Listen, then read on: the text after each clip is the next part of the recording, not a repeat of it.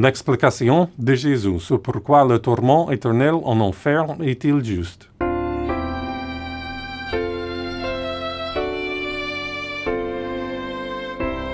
L'une des plus grandes objections à la foi chrétienne est la doctrine que Dieu va condamner des personnes à l'enfer pour l'éternité. Beaucoup de fois, nous, êtres humains, avons du mal avec la question suivante. Comment un Dieu si aimant peut permettre aux êtres humains de causer des douleurs et des souffrances terribles aux uns et aux autres sur terre? Mais la doctrine de l'enfer rend encore plus difficile le fait de croire que Dieu est bon. Une grande partie de la douleur et de la souffrance sur terre se produit quand une personne fait du mal à quelqu'un d'autre. Donc quelqu'un pourrait essayer de dire que Dieu peut encore être bon, car il tolère et permet seulement le mal. Il n'est soi-disant pas la personne qui cause directement le mal. Or, que cette ligne de pensée réussisse à l'exonérer ou non, elle ne s'applique pas à la conception traditionnelle de l'enfer. En enfer, Dieu est celui qui cause activement la douleur et la souffrance. Il ne permet pas seulement à quelqu'un d'autre de causer la douleur et la souffrance. En plus de cela, la douleur et la souffrance que nous éprouvons sur terre se limitent à cette courte vie. Mais la douleur et la souffrance de l'enfer sont infinies. Même si nous réfléchissons à certaines raisons pour lesquelles un Dieu aimant pourrait permettre le mal et la souffrance pour un temps limité, certaines de ces raisons pourraient ne pas s'appliquer à lui lorsqu'il cause de la douleur et la souffrance pour l'éternité. Donc, si le problème de la douleur et de la souffrance dans ce monde est un obstacle majeur pour certains pour croire en la foi chrétienne, la doctrine de l'enfer serait encore plus grande barrière. Or, nous ne pouvons pas accéder mais parcourir le royaume des morts et confirmer de nos propres yeux que l'enfer existe réellement.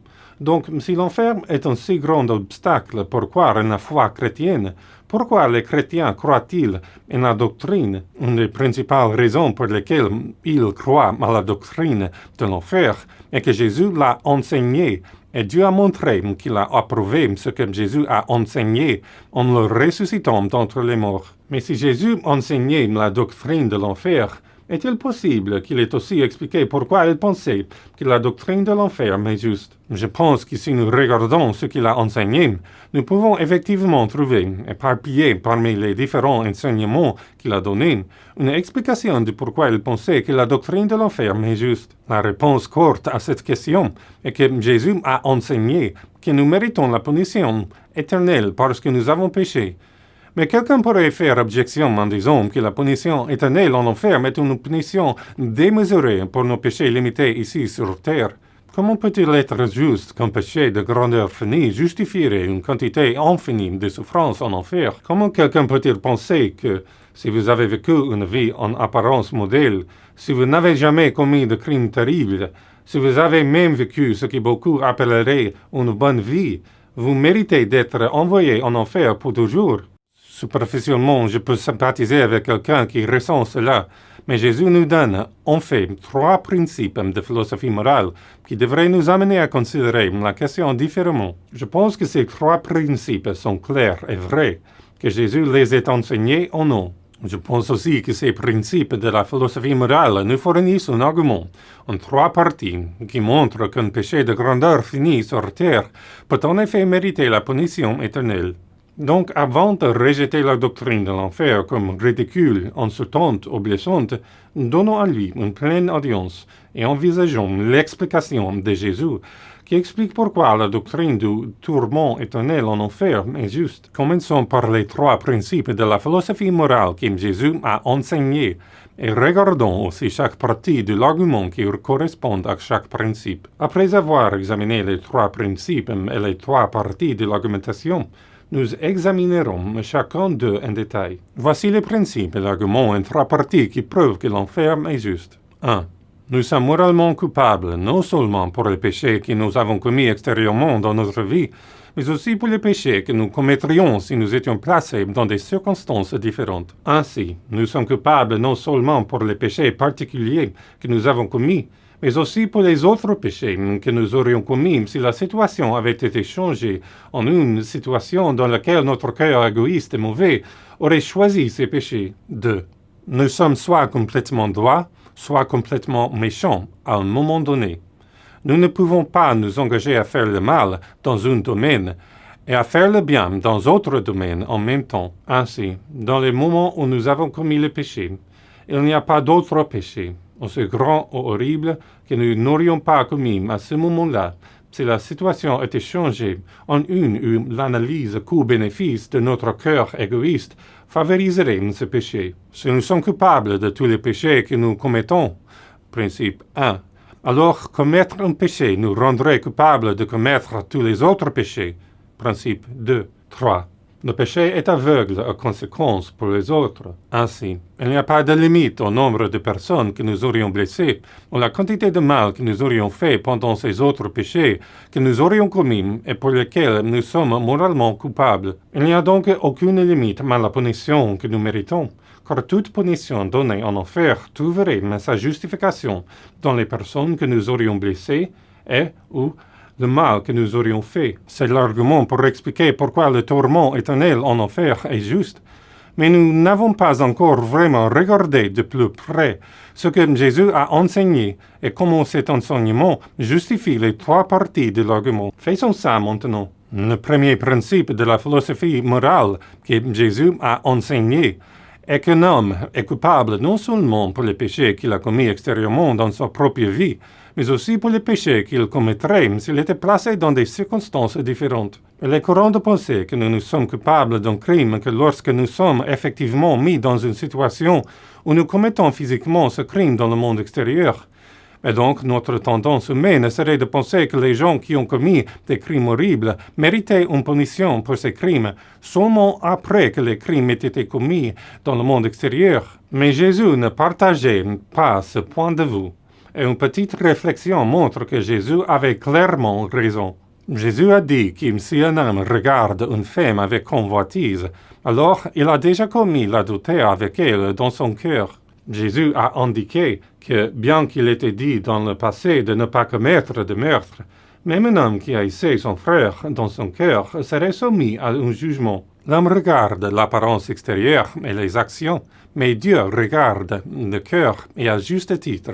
Jésus reconnaît ici une vérité qui devrait être claire pour nous tous. Si j'ai l'occasion de voler une voiture, et c'est la seule raison pour laquelle je ne vole pas la voiture, et parce que j'ai peur de me faire prendre, alors l'engagement ultime de mon cœur est égoïste et mauvais. Je volerai la voiture parce que mon allégeance ultime est pour moi au-dessous de ce que je connais qui est juste, mais parce que le coût pour moi de se faire attraper semble l'emporter sur les avantages, cette allégeance égoïste à moi-même m'empêche aussi de voler la voiture. Dans les deux cas, que je vole la voiture ou non, ma décision est l'expression de la même mauvaise intention de mon cœur de me mettre au-dessous de ce que je sais qui serait juste. Je suis engagé dans mon cœur à satisfaire mes propres désirs, même si ces désirs sont mauvais. L'engagement interne de mon cœur est exactement le même si je vole la voiture ou si je ne la vole pas. Puisque la culpabilité morale d'un homme est déterminée par le caractère des intentions dans son cœur et non par ses circonstances extérieures, cela signifie que je suis coupable de voler la voiture, tant qu'il y a des circonstances extérieures dans lesquelles je la volerai. Autrement dit, tant que l'engagement interne de mon cœur est pour moi au-dessus de ce que je connais de juste, alors je suis coupable de voler la voiture. Il en va de même pour les autres péchés. L'homme qui désire une femme est coupable d'avoir commis un adultère avec elle parce que les intentions et les engagements de son cœur sont tels qu'il commettrait cet acte si l'analyse coût-bénéfice de sa situation extérieure changeait. Les engagements égoïstes de son cœur le feraient commettre l'acte dans les circonstances adéquates, mais ces mêmes engagements égoïstes l'empêcheraient de le faire s'il pense que le prix à payer serait trop élevé. Puisque sa culpabilité morale est déterminée par les intentions de son cœur et non par ses circonstances extérieures, il est coupable d'adultère même s'il n'accomplit jamais ce péché dans le monde extérieur. Sa vie extérieure apparemment morale est le résultat direct de son cœur intérieur égoïste et mauvais. C'est pourquoi il est essentiel que nous examinions ce que nous avons fait ou n'avons pas fait dans notre cœur, plutôt que de simplement regarder ce que nous avons fait ou pas dans le monde extérieur.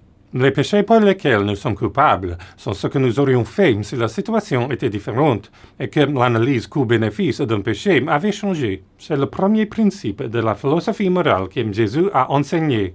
Et cela signifie que nous avons tout fait beaucoup plus de mal que nous voudrions l'admettre. Or, vous pourriez être prêt à admettre que vous êtes moralement coupable d'un péché particulier parce que vous auriez commis ce péché si les avantages avaient dépassé le coût. Mais, pourriez-vous dire, juste parce que j'aurais commis ce seul péché, cela ne signifie pas que j'aurais commis d'autres péchés, ni que j'aurais commis des actes vraiment horribles. Peut-être que les dictateurs impitoyables qui tuent des millions de personnes méritent l'enfer, mais je ne suis pas coupable de ces actes horribles juste parce que je serais prêt à dire un petit mensonge à mon patron si ce mensonge sauverait mon travail, non? Voici où nous arrivons au deuxième principe de la philosophie morale que Jésus a enseigné. Mais la deuxième partie de l'argument qui explique pourquoi le tourment éternel en enfer est juste. Vous êtes soit complètement droit ou complètement mauvais à tout moment donné. Vous ne pouvez pas vous engager à faire le mal dans un domaine et à faire ce qui est juste et droit dans d'autres domaines en même temps. Ce principe peut être vu dans l'enseignement de Jésus, dans la façon dont il sépare l'humanité à plusieurs reprises en seulement deux groupes. Il se réfère aux méchants et aux droits, les justes mais les injustes, les moutons et les chèvres, la maison construite sur la roche et les maisons construites sur le sable, le blé et les mauvaises herbes, le bon poisson et le mauvais poisson, le bon arbre et le mauvais arbre. Jésus relie souvent ces désignations au destin éternel des gens. Il ne laisse pas de place pour un troisième groupe. Vous êtes soit droit ou méchant, soit bon ou mauvais, soit juste ou injuste. Si nous regardons de plus loin, nous pouvons voir que Jésus parle ainsi, car il est impossible que le cœur soit divisé dans son allégeance. Un homme qui tolère un péché, aussi petit soit-il, démontre que la raison pour laquelle il ne commet pas de grands péchés ou d'autres péchés n'est pas qu'il s'engage à faire le bien. Son soi-disant petit péché montre qu'il n'a pas un tel engagement à faire le bien. S'il était déterminé à toujours faire ce qui est juste, alors il ferait toujours ce qui est juste et ne tolérerait aucun péché, aussi grand ou petit soit-il. Mais quand un homme pêche, il y a autre chose qui commande sa plus haute allégeance. Cela peut être une bonne santé. Cela peut être le sexe, ou l'argent, ou le pouvoir, ou le plaisir, ou la célébrité. Mais quoi que ce soit, il sera concentré sur lui-même. Si c'est le pouvoir pour lui-même. Si c'est de l'argent pour lui-même. Ainsi, quand un homme pêche, la racine de ce péché est en fin de compte l'égoïsme, et la personne qui accepte même un péché, quel qu'il soit, aussi grand ou petit qu'il semble, montre qu'il a un plus grand engagement envers lui-même qu'envers ce qui est juste. Ou plus exactement, il montre qu'il n'a aucun engagement à ce qui est juste, mais qu'il est totalement engagé envers lui-même. C'est à la lumière de cela que Jésus a dit que si l'œil d'un homme était unique, c'est-à-dire si son œil était bon, tout son cœur serait plein de lumière. Mais si l'œil d'un homme était mauvais, alors tout son cœur serait rempli d'obscurité. Dans le verset suivant, Jésus dit que personne ne peut servir deux maîtres. Soit il haïra l'un et aimera l'autre, soit il sera dévoué à l'un et méprisera l'autre. Dans l'évangile de Luc, il dit fondamentalement la même déclaration, mais puis il dit aussi que vous ne pouvez pas servir à la fois Dieu et l'argent. Bien sûr, personne ne sert l'argent. L'argent est simplement la façon dont vous pouvez obtenir des choses pour vous-même. Ainsi, dans l'évangile de Luc, Jésus dit essentiellement que vous ne pouvez pas servir Dieu et vous servir en même temps. L'égoïsme est incompatible avec l'amour de Dieu. Elle est également incompatible avec l'amour des autres. Ainsi, Jésus ne donne que deux options. Soit un homme est complètement consacré à ce qui est saint et droit, soit un homme est complètement égoïste. Il n'y a pas de terrain d'entente, ni de mélange d'égoïsme et de justice. Cela explique pourquoi il sépare si souvent l'humanité en seulement deux groupes de personnes. C'est aussi pourquoi je conclus que lorsque nous commettons un péché, il n'y a pas d'autre péché, si grand ou mauvais soit-il, que nous ne commettrions pas si la situation avait changé. Mais si commettre un péché signifie que nous commettrions tous les autres péchés si mis dans les circonstances adéquates, alors commettre un péché signifie que nous serions coupables de tous ces autres péchés, selon le premier principe de la philosophie morale de Jésus que j'ai examiné plus tôt. Permettez-moi d'essayer d'expliquer cette conclusion d'une différente façon. Si notre cœur est complètement égoïste ou complètement juste à un moment donné, et si le sens même de notre choix de commettre un seul péché est de nous faire notre plus haute et unique malégence au-dessus de ce que nous connaissons être juste, alors pour tout autre péché particulier, la raison pour laquelle nous ne commettons pas cet autre péché ne peut pas être que nous sommes engagés à faire ce qui est juste. Nous avons déjà rejeté un tel engagement à l'égard de ce qui est juste en choisissant de faire de nous-mêmes notre plus haute malégence. La raison pour laquelle nous ne commettons donc pas d'autres péchés, c'est que soit nous n'avons pas la possibilité, soit les coûts sont plus élevés que les avantages. Mais nous avons déjà vu que ne pas avoir la possibilité de commettre un péché ne nous rend pas innocents de ce péché, car selon le premier principe de la philosophie morale, nous sommes moralement coupables des péchés que nous commettrions si nous étions mis dans les circonstances adéquates. Il en va de même si nous avons la possibilité de commettre le péché, mais que nous choisissons de ne pas le commettre parce que le prix à payer pour cette action est plus élevé que les avantages. Dans ce cas, les intentions égoïstes de notre cœur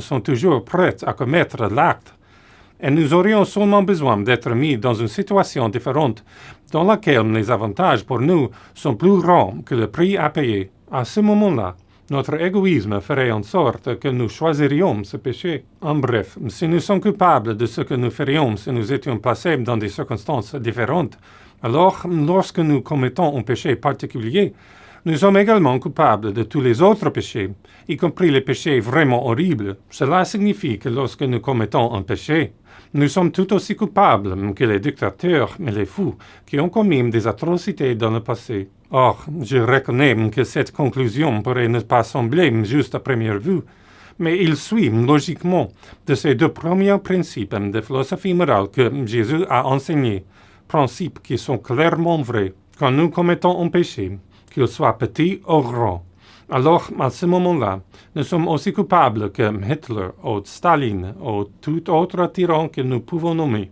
Dans la famille de Jésus, Jacques était son frère. Et ceci est fondamentalement ce que Jacques a dit quand il a indiqué que celui qui viole la loi morale de Dieu à un moment donné est coupable de briser tout cela. Or, Jacques n'est pas Jésus, mais Jacques était son frère. Comme son frère, Jacques a connu Jésus personnellement pendant possiblement des décennies et avait beaucoup plus de connaissances de ce que Jésus pensait que nous avons. Il était également chef de l'Église de Jérusalem et avait accès à ceux qui voyageaient avec lui pendant les années de son ministère. Si Jacques dit qu'enfreindre la loi de Dieu à un moment rend une personne coupable de tout enfreindre, alors c'est une preuve pour soutenir l'affirmation que Jésus pensait la même chose. Si vous trouvez difficile de croire qu'un péché apparemment petit vous rend moralement coupable pour tous les pires crimes que les humains ont commis, ou si vous vous moqueriez ou seriez offensé par la prétention que vous infligeriez un mal et une souffrance énorme aux autres, pensez un instant avec moi aux gens qui auraient pensé la même chose avant de faire face à des situations de grand mal. L'histoire est parsemée d'exemples de personnes supposément honnêtes qui auraient également été offensées par l'affirmation qu'elles commettraient des mots horribles. Mais vous savez quoi? Leur situation a changé. Les avantages égoïstes de faire ce qui est juste ont été supprimés. Ils auraient payé une énorme pénalité pour avoir refusé de faire ce qui est mal. Dans cette nouvelle situation, reconnaissant que les coûts de faire ce qui est juste actuellement l'emportent sur les avantages, ils ont fait des mots horribles. L'Allemagne, par exemple, avait beaucoup de citoyens cultivés mais supposément bons avant la montée d'Hitler. Et si vous leur aviez demandé s'ils commettraient des crimes horribles sur d'autres êtres humains, ils se seraient probablement moqués de cette idée et en auraient été offusqués.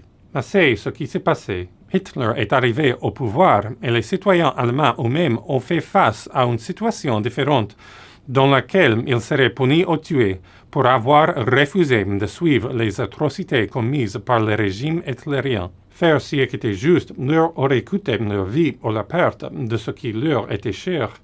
Mais ils ont donc commis des mots horribles car ils étaient égoïstes. La même dynamique se produit à d'autres époques de génocide dans l'histoire de l'humanité, où ceux qui possèdent des armes ou du pouvoir disent aux autres qu'ils doivent tuer ou être tués, ou faire un grand mal, ou subir le coup de ne pas faire ce grand mal. Pensons au Khmer Rouge et à d'autres exemples de génocide. Autrefois, des citoyens respectables ont été entraînés dans le trafic de drogue ou la prostitution, alors que les menaces d'un cartel de la drogue ou d'un gang faisaient en sorte qu'il était coûteux de faire ce qui est juste. À un niveau moins sérieux, combien d'employés trafiquent les chiffres ou déforment la vérité parce qu'un patron dominateur les punira s'ils ne le font pas, ou parce qu'ils manqueraient une prime s'ils disaient la vérité. Ce sont tous des exemples dans lesquels ce que nous connaissons être juste est sacrifié car les coûts pour nous dépassent les avantages. Ces exemples font une remarque. Si nous pouvons être achetés à un prix quelconque, aussi élevé soit-il, alors nous sommes égoïstes. Nous ferions des mots horribles.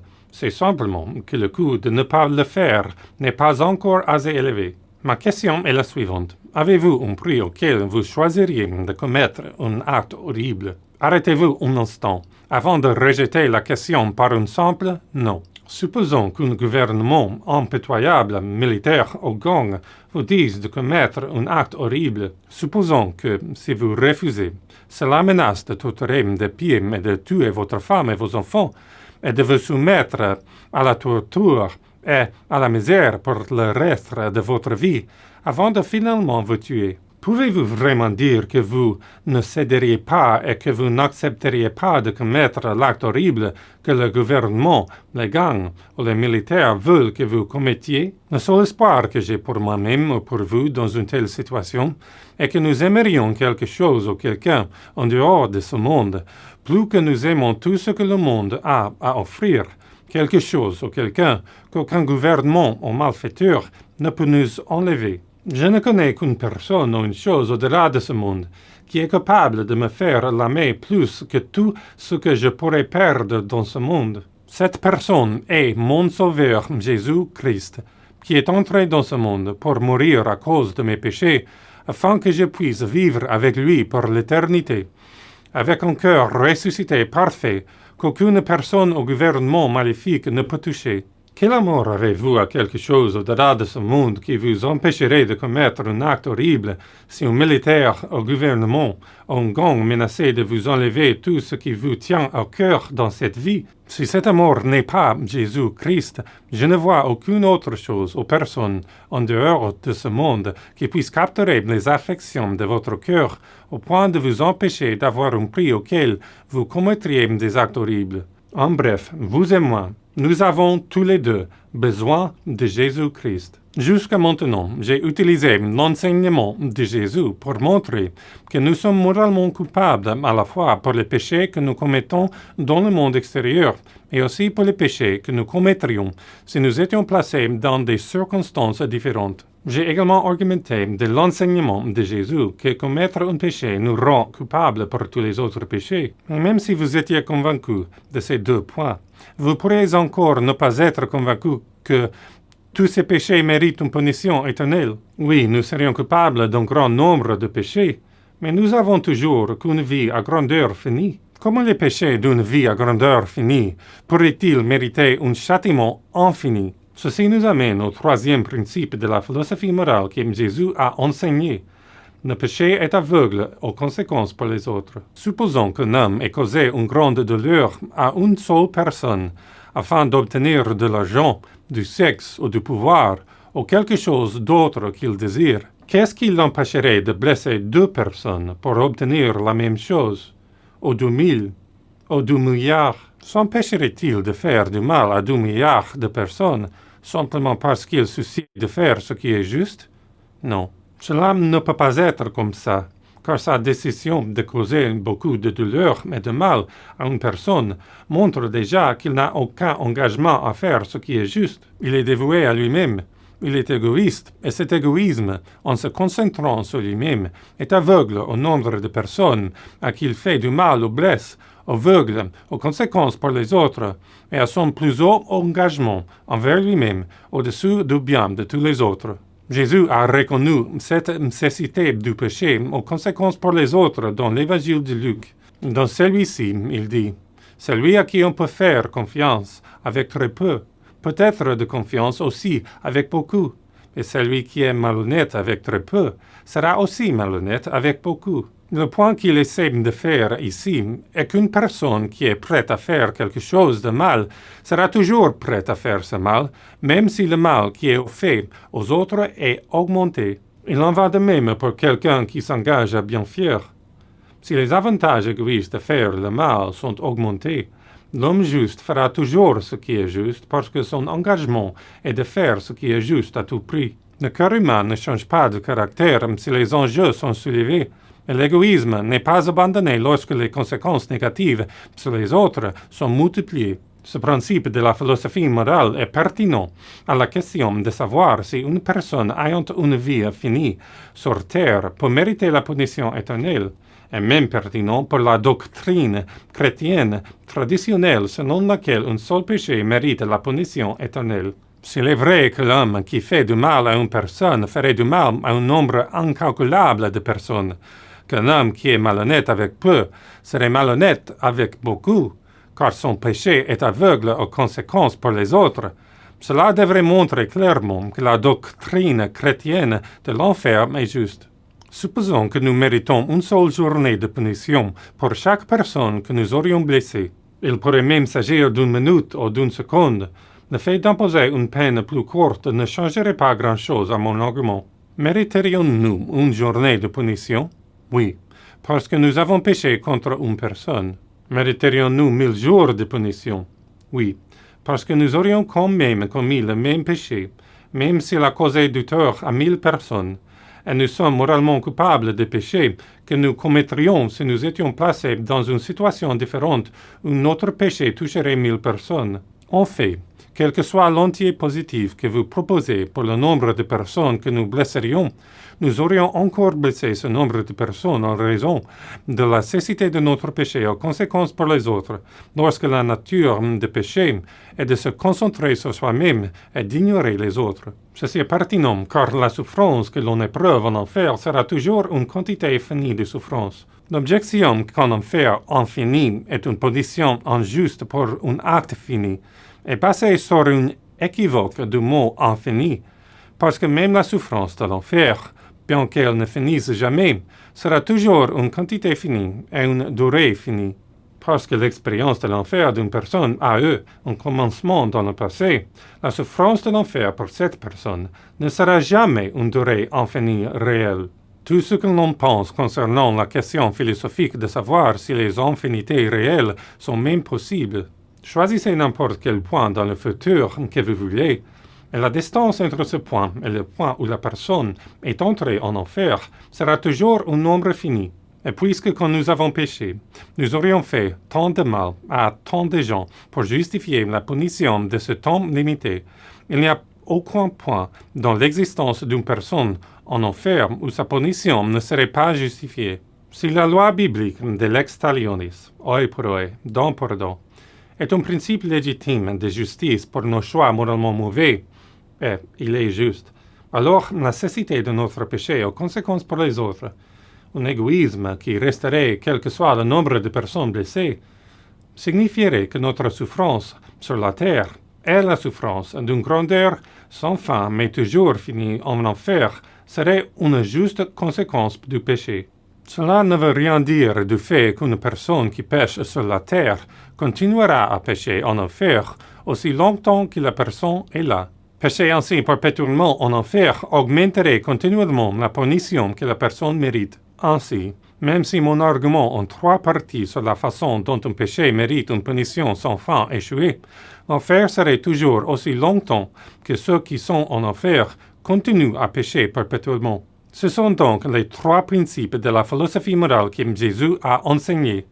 Et c'est l'argument en 3 parties basé sur ces principes qui montre que l'enfer est juste. C'est une vérité inconfortable, mais je ne veux pas laisser l'impression que Dieu est simplement concentré sur nous donner ce que nous méritons sans aucun désir de nous sauver de cette punition. Ici, à la fin, je voudrais prendre un peu de recul par rapport à la question de savoir si le tourment éternel de l'enfer est juste, à la question de la douleur et de la souffrance que nous vivons dans ce monde. Pourquoi Dieu permet-il tant de douleur et de souffrance sur la terre? Dieu pourrait avoir un million de raisons pour lesquelles il permet différents maux dans ce monde, et je peux regarder certaines de ces raisons une autre fois.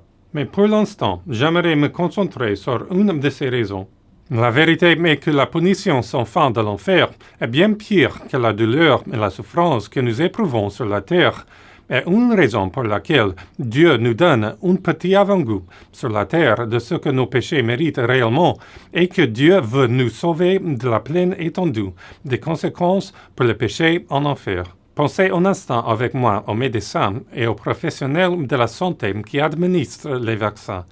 Et même s'il y a une certaine controverse à ce sujet, supposons pour l'instant que les vaccins sont sûrs. Pourquoi les médecins et les professionnels de la santé administrent des vaccins? Lorsque vous êtes vacciné, cela peut causer des effets indésirables. Vous pouvez avoir de la fièvre, vous pouvez avoir des douleurs corporelles. Pourquoi devrions-nous nous incommoder avec ces symptômes? La raison en est que si vous ne laissez pas votre cœur passer par le processus inconfortable, mais corps, de reconnaître un virus mort pour ce qu'il est maintenant, votre cœur peut éprouver un processus plus long et beaucoup plus douloureux si elle rencontre un vrai virus plus tard. La situation est similaire pour la douleur et la souffrance. Si la vie était facile, beaucoup d'entre nous sentiraient un besoin beaucoup plus faible pour Dieu ou pour la rédemption. Et nous ne voulons pas admettre que nous sommes aussi mauvais que ces gens qui ont commis des crimes horribles. Cependant, Dieu ne veut pas que nous vivions avec un mensonge, surtout quand ce mensonge nous empêche de venir à lui pour la vraie rédemption et le salut. Dieu laisse la mort et d'autres maux régner sur ce monde pour la même raison que nous obtenons des vaccins. Tout comme nous donnons des vaccins pour que le cœur reconnaisse un virus pour ce qu'il est, Dieu permet à la souffrance et au mal de nous pousser pécheurs à reconnaître notre péché pour ce qu'il est et la punition que ce péché mérite. Le mal et la souffrance nous ramènent constamment à la question du pourquoi. Cela nous amène à chercher une réponse à pourquoi le Créateur de l'univers permettrait un tel mal et une telle souffrance. Ce qu'il désire, c'est que notre recherche nous conduise à la vérité que nous méritons non seulement la douleur et la souffrance de cette vie, mais une quantité sans fin de souffrance dans la prochaine vie. Si nous reconnaissons cela, alors nous chercherons un sauveur qui est exactement ce que Dieu a fourni et ce qu'il veut que nous recevions avant que le jour du jugement final vienne et qu'il ne soit trop tard. Si nous pensons que les médecins terrestres sont bons pour nous causer une petite quantité de douleur pour éviter une plus grande douleur, combien plus grand devrions-nous penser que le docteur céleste est bon quand il nous donne une douleur finie pour éviter la douleur sans fin? Bien sûr, si nous n'avons pas de solution pour l'être mauvais que nous sommes, ni de moyens pour que nos péchés soient pardonnés, et si cela signifie que nous sommes coupables devant le Créateur de l'univers, souvent, ce qui semble être une solution plus facile psychologiquement est juste de nier notre méchanceté et notre culpabilité, et donc dire que Dieu est injuste pour nous permettre de faire l'expérience du mal et de la souffrance dans ce monde. Mais il nous offre un moyen d'être sauvés, et il combattra donc un tel mensonge pour nous pousser à trouver un sauveur. Une personne malade n'acceptera pas l'aide d'un médecin si cette personne pense qu'il est en bonne santé. Et donc Dieu permet la douleur et la souffrance dans sa tentative de pousser les gens à reconnaître leurs péchés et leurs faiblesses et ainsi de venir à lui pour la guérison. La douleur et la souffrance sont donc comme ce que C.S. Lewis a dit. Il nous murmure dans nos plaisirs, parle dans notre conscience, mais crie dans nos douleurs. C'est son mégaphone pour réveiller un monde sûr. Le salut est un cadeau gratuit que vous ne gagnez pas. C'est précisément quand vous admettez qu'il n'y a rien de moralement bon en vous, quand vous admettez que vous avez besoin d'un médecin, que le docteur céleste changerait votre cœur et mettrait son esprit en vous. Vous venez d'abord à la croix et à la miséricorde de lui. Et c'est lui qui vous rend saint et qui purifie votre cœur. Alors vous n'aurez pas besoin de craindre la punition de l'enfer. Et Dieu se réjouira que vous soyez dans une relation d'amour avec lui pour l'éternité.